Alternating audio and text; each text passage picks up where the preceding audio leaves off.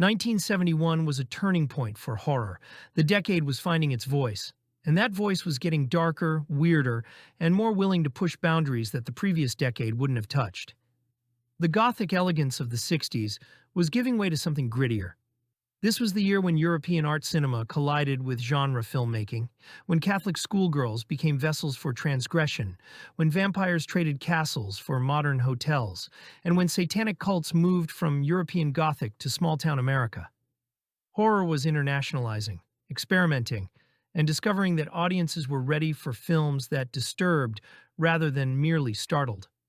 Tonight we're looking at 10 films from 1971 that capture horror in transition. Japanese experimental nightmares, Italian Giallo reaching for art house credibility, British folk horror finding its identity, and American exploitation discovering how far it could push. A single year that shows the genre fragmenting in every direction at once.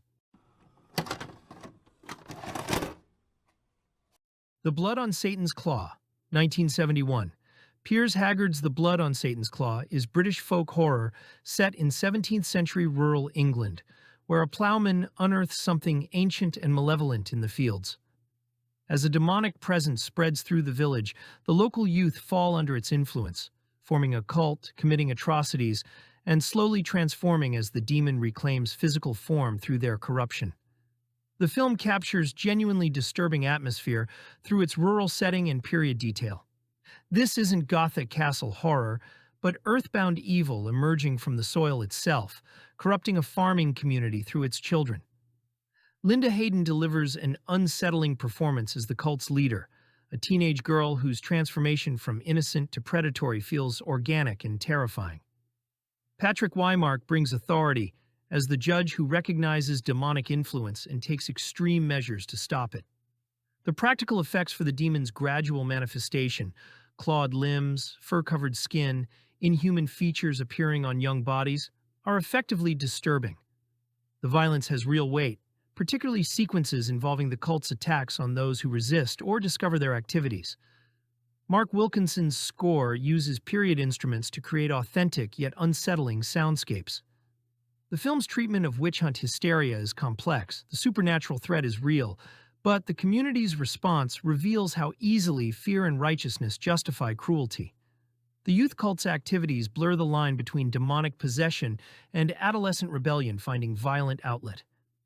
The rural poverty and isolation make the village feel genuinely cut off from civilization, where old evils can resurface unchecked. The Blood on Satan's Claw stands alongside The Wicker Man and Witchfinder General as essential British folk horror, exploring how ancient evil and human cruelty intertwine in isolated communities where faith and superstition remain powerful forces. Fright, 1971. Peter Collinson's Fright is a lean British thriller that anticipates the babysitter in peril subgenre. A young woman accepts a babysitting job at an isolated house, unaware that the child's psychotic father, recently escaped from an asylum, is returning to reclaim his son. As night descends, the house becomes a trap where she must protect both herself and the child from a man whose mental breakdown makes him unpredictable and dangerous. Susan George plays the babysitter with escalating terror that feels earned rather than performed. She's not a helpless victim, but a resourceful young woman, facing a threat she's unprepared for in an environment designed to isolate her. Ian Bannon portrays the escaped patient with unsettling intensity, playing genuine mental illness rather than movie madness. His character is both pitiable and terrifying, damaged by trauma and obsession. Collinson keeps the tension ratcheted high through the confined setting and single-night time frame. The house itself becomes a character. Locked doors that provide temporary safety, windows that become potential entry points, phones that may or may not connect to help. The supporting cast includes Honor Blackman as the child's mother, whose own fear of her ex-husband adds backstory that makes the threat feel real. The film works because it treats its premise seriously, avoiding exploitation excess in favor of sustained psychological tension. The violence, when it comes, is brief and shocking rather than prolonged. The babysitter's growing awareness that she's trapped with a deeply disturbed man builds genuine dread through Collinson's patient direction. Fright represents British thriller cinema, efficiently delivering genre goods, well-crafted, tightly paced, and anchored by committed performances. It's workmanlike in the best sense, prioritizing craft and suspense over gimmicks. Don't Deliver Us from Evil, 1971. Joel Serra's Don't Deliver Us from Evil is French Catholic transgression taken to extremes. Two teenage girls at a strict religious boarding school form an intense friendship built on shared contempt for authority and fascination with the forbidden. They begin a private pact dedicated to evil, starting with minor cruelties and escalating to arson, seduction, and ultimately acts that push well beyond youthful rebellion into genuine horror. Jean Goupil and Catherine Wagoner play the girls with unsettling conviction, portraying privileged teenagers whose boredom and budding awareness curdles into something genuinely disturbing. They're not possessed or corrupted by external forces. Their descent into cruelty is purely self-directed exploration of transgression. The film treats their actions with documentary-like detachment, refusing to sensationalize or condemn, which makes everything more uncomfortable. Serra shoots the French countryside with beautiful cinematography that contrasts sharply with the girls' increasingly dark actions. The Catholic imagery, churches, rituals, religious instruction becomes the target of their games. They seduce men, commit crimes, and perform mock satanic rituals, treating evil as aesthetic choice and philosophical stance, rather than supernatural corruption.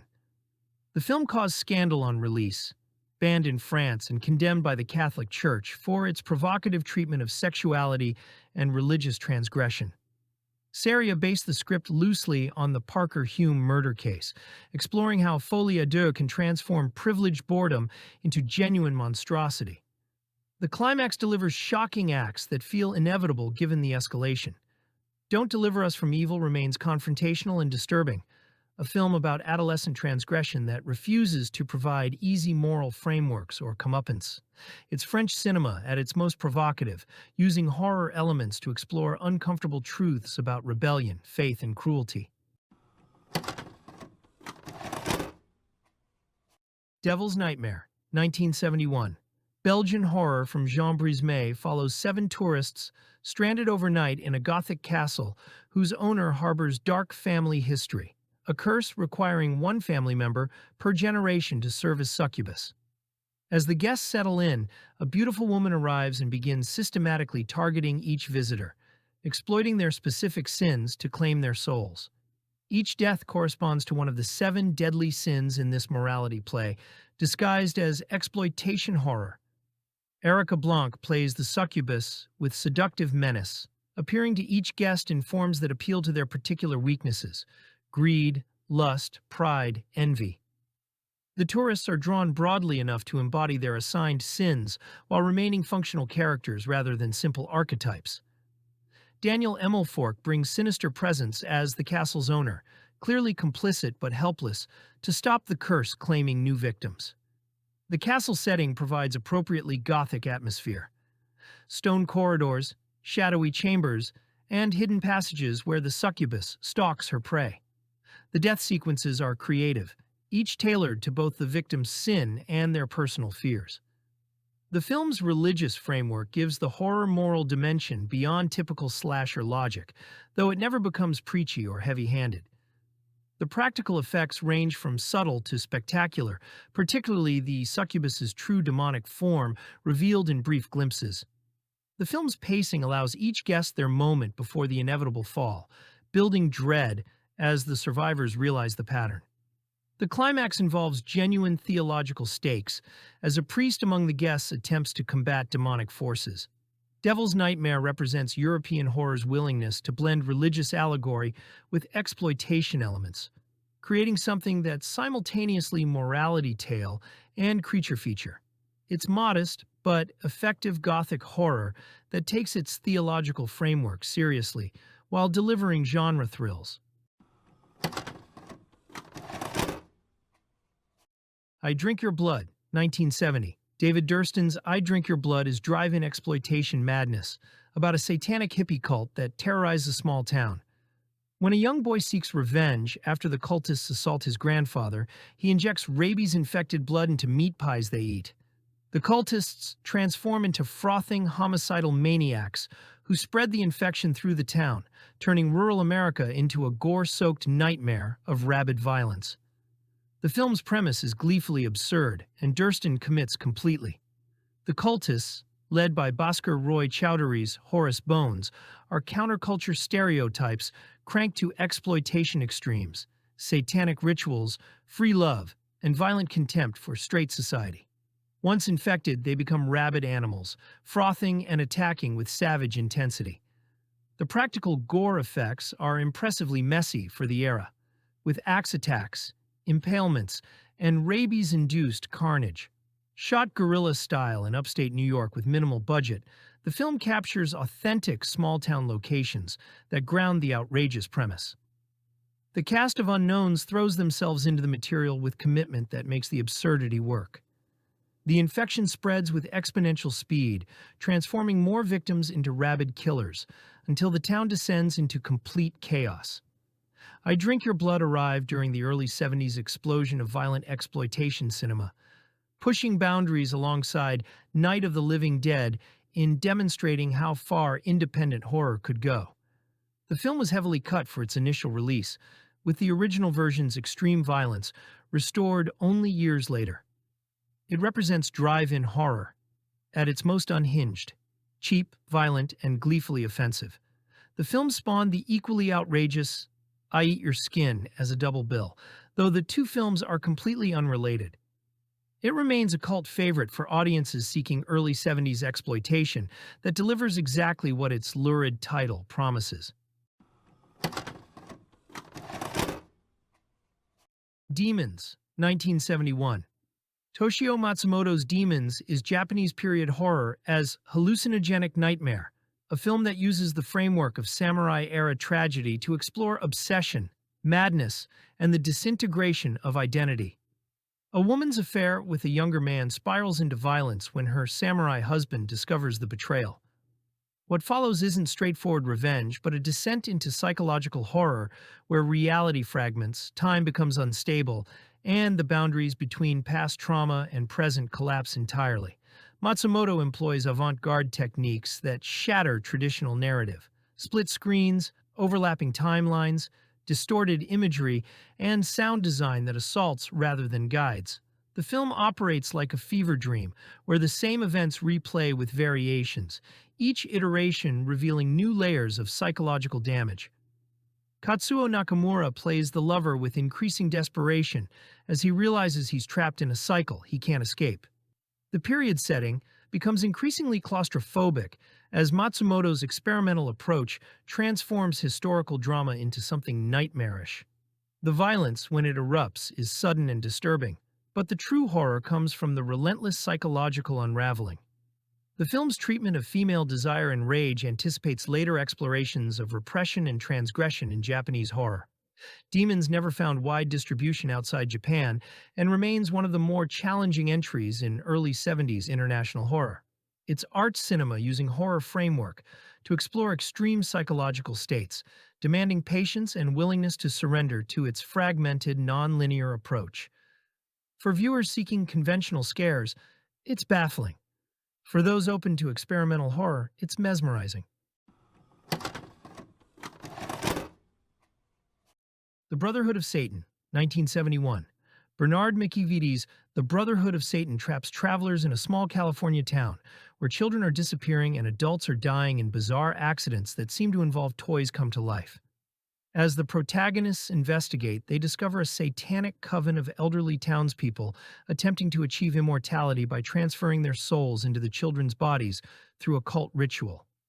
The film's premise is genuinely unsettling. Senior citizens as satanic cultists, using innocent children for supernatural life extension.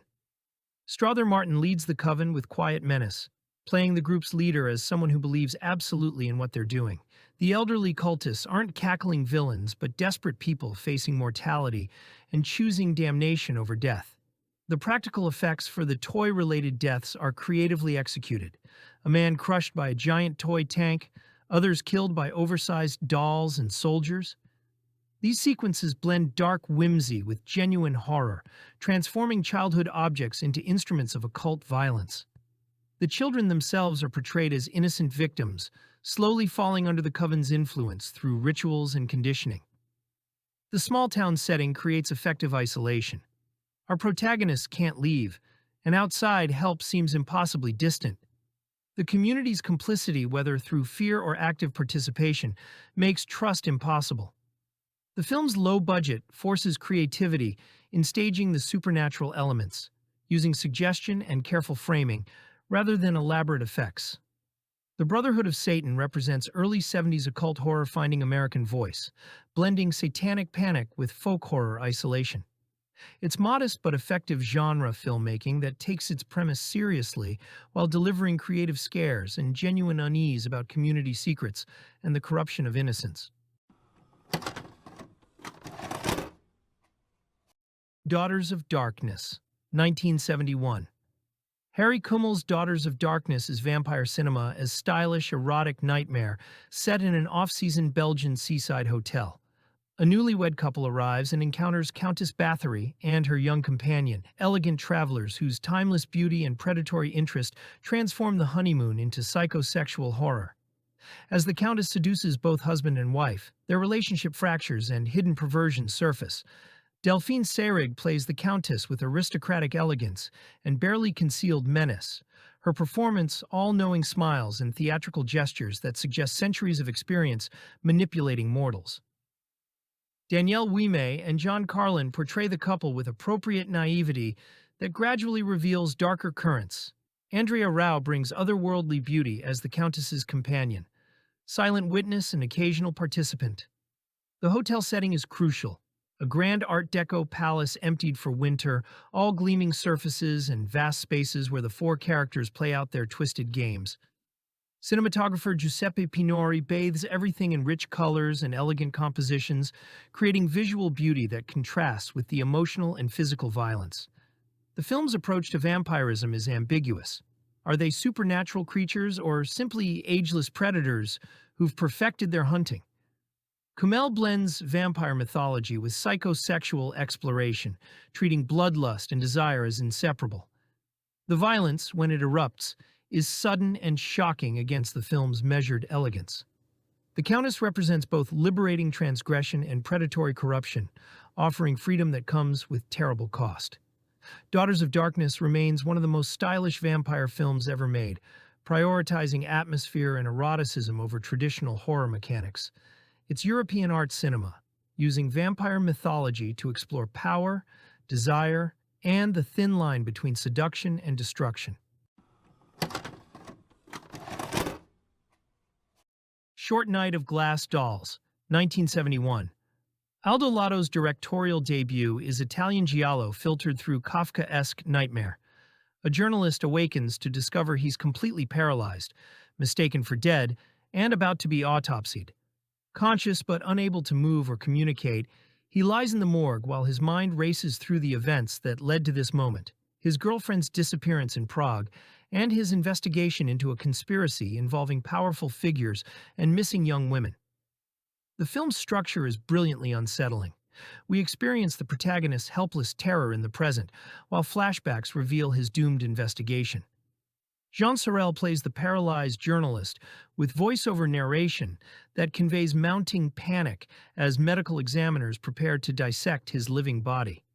The Prague locations provide Cold War atmosphere. Beautiful but oppressive, a city where Western journalists asking wrong questions tend to vanish. Lotto builds dread through the ticking clock structure. Each flashback brings us closer to understanding the conspiracy, while the present tense sequences show doctors moving methodically toward the autopsy.